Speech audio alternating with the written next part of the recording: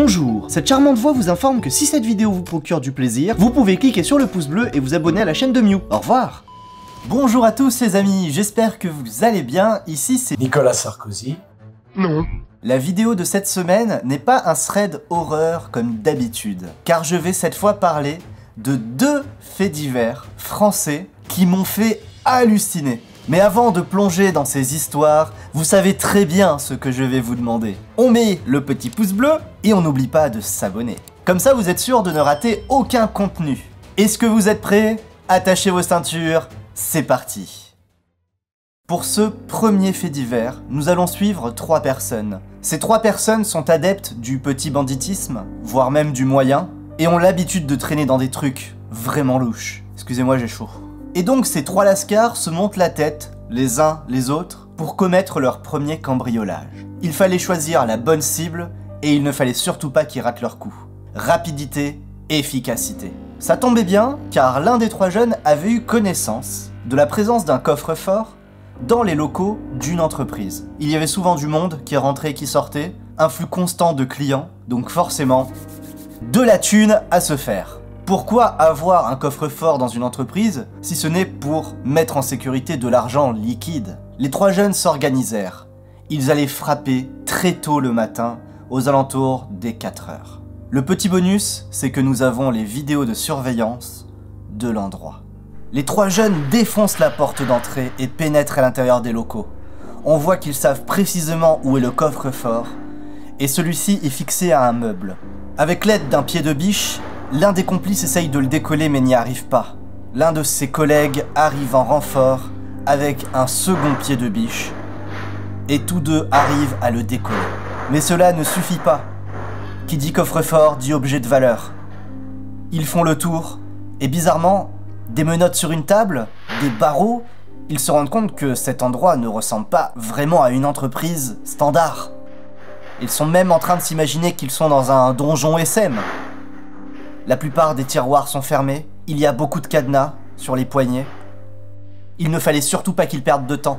Donc après avoir récupéré le maximum de choses, ils quittèrent l'endroit sans laisser de traces. Vous êtes en train de vous poser la question, mais c'est quoi cette entreprise? Vous savez quoi, après avoir visionné cette vidéo, je vais vous laisser quelques petites secondes pour réfléchir sur le type d'entreprise qu'ils ont cambriolé. Une entreprise dans laquelle il y a des barreaux, des menottes? Il y en a quelques-uns qui ont compris. Ces apprentis cambrioleurs ont fait main basse sur le coffre-fort d'un escape game. Et le problème, c'est qu'il est totalement factice. Et logiquement, ce coffre faisait partie de la salle. Il était utilisé dans le cadre des énigmes. Mais celui-ci contenait une forte somme d'argent liquide. De faux billets totalement inutilisables. Après avoir réussi à percer le coffre, les 3 compères se sont retrouvés face à des armes de poing factices, à un sachet de plusieurs centaines de grammes de poudre blanche, non pas de cocaïne, mais de farine, et des milliers d'euros de faux argent totalement inutilisables dans le commerce. Pour remporter le butin le plus ridicule de l'histoire du cambriolage, les 3 compères ont dû forcer l'entrée de l'escape game. Et tout cela sans même comprendre qu'il s'agissait d'un escape game, faute d'avoir mené des reconnaissances et de comprendre que dans cet établissement, tout n'est que décor et tromperie. Bon, cette première histoire vous a donné le thème de la vidéo. Maintenant nous allons attaquer la deuxième histoire, tout aussi réelle. Bienvenue dans cette histoire d'un escape game qui tourne mal sur Valence. Suite à un enchaînement de coïncidences et de concours de circonstances, un groupe d'amis a vécu une terrible et tragique soirée qu'ils ne sont pas prêts d'oublier.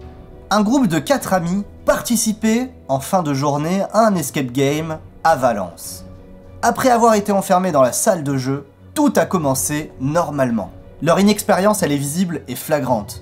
Et donc Thibaut, le Game Master, celui qui s'occupe d'assister les clients en leur donnant des petits indices, doit fréquemment les aider en les orientant sur les solutions, et tout ça au micro durant la première demi-heure. Selon Thibaut, le Game Master, ils ont été longs au démarrage, mais il les a sentis plus à l'aise au fil des minutes. Il a donc relâché sa surveillance pour se concentrer sur les autres groupes présents dans l'établissement. Tout va s'accélérer passé la première demi-heure. En effet, un garçon du groupe arrive à ouvrir une trappe de service habituellement verrouillée et totalement inaccessible. Une fois ouverte, le groupe s'y engouffre et atterrit dans la chaufferie du bâtiment, qui se trouve être totalement encombré car l'endroit est en cours de rénovation et de réparation. Se croyant toujours dans le jeu, les jeunes continuent leur exploration et récupèrent quelques objets présents dans le local. Clés à molette, marteau, casque de chantier, chalumeau et objets divers. Après 5 minutes dans la pièce, et quelques dégâts sur la chaudière, la fille du groupe trouve la clé du local dans la veste que le chauffagiste avait oubliée là. Le petit groupe sort donc du local et se retrouve dans la cour intérieure du bâtiment. C'est pour eux une petite victoire. Ils continuent donc leur exploration.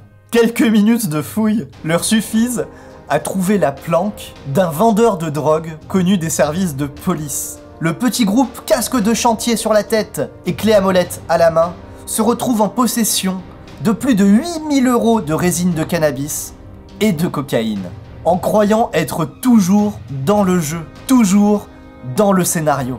Thibaut, le Game Master, se rend compte à ce moment-là que quelque chose ne va pas. Selon ses mots, l'heure de jeu était presque écoulée quand il s'est remis sur leur cas, mais là, plus rien à l'écran. Ils avaient tout simplement disparu.